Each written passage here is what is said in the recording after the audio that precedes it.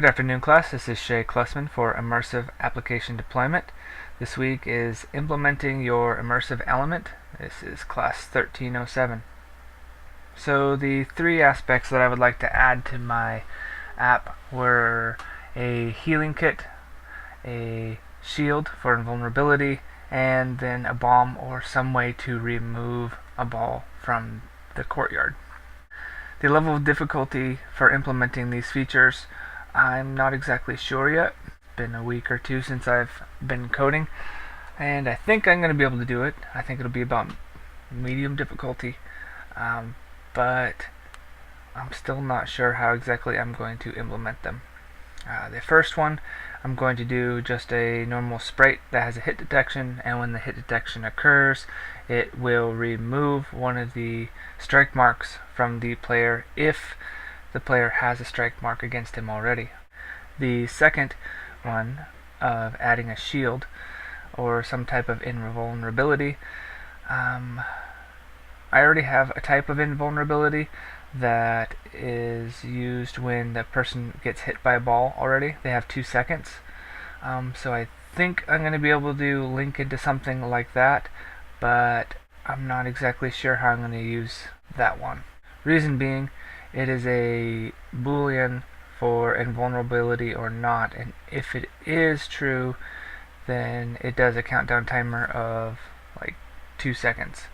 So having to change the time for just this one aspect, I think I'm actually going to have to build a secondary boolean, but we'll see when we get in there. And the last one, removing a ball or balls from the game. I'm not sure how I'm going to do that one yet. I have the basic context in my brain of how I want it to go about, like a sprite explosion that gets bigger or something like that, and any ball that collides with it would be removed from the ball array that I have in my code. I'm hoping it's that easy. If it is, then I will be able to do it. If not, I have a feeling that's where I'm going to get hung up on. The order I will be implementing these elements into my game will be the strike removal first. I think that will help the gameplay out the quickest.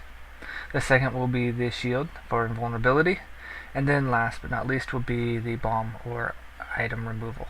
I chose this order of implementation based upon what I felt was most useful in the game and something that would make the biggest difference the quickest.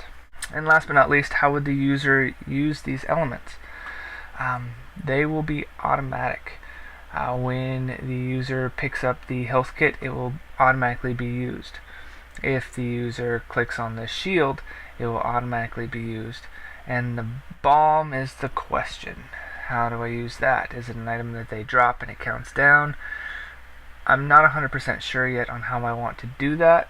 The other option that I've heard was making my guy, instead of invulnerable, the first ball that he runs into blows up. That was another way of going around it.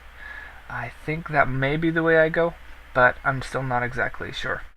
Any way we look at it, I want them to be activated upon collection, so the user would use these elements only upon choosing the time to collect them.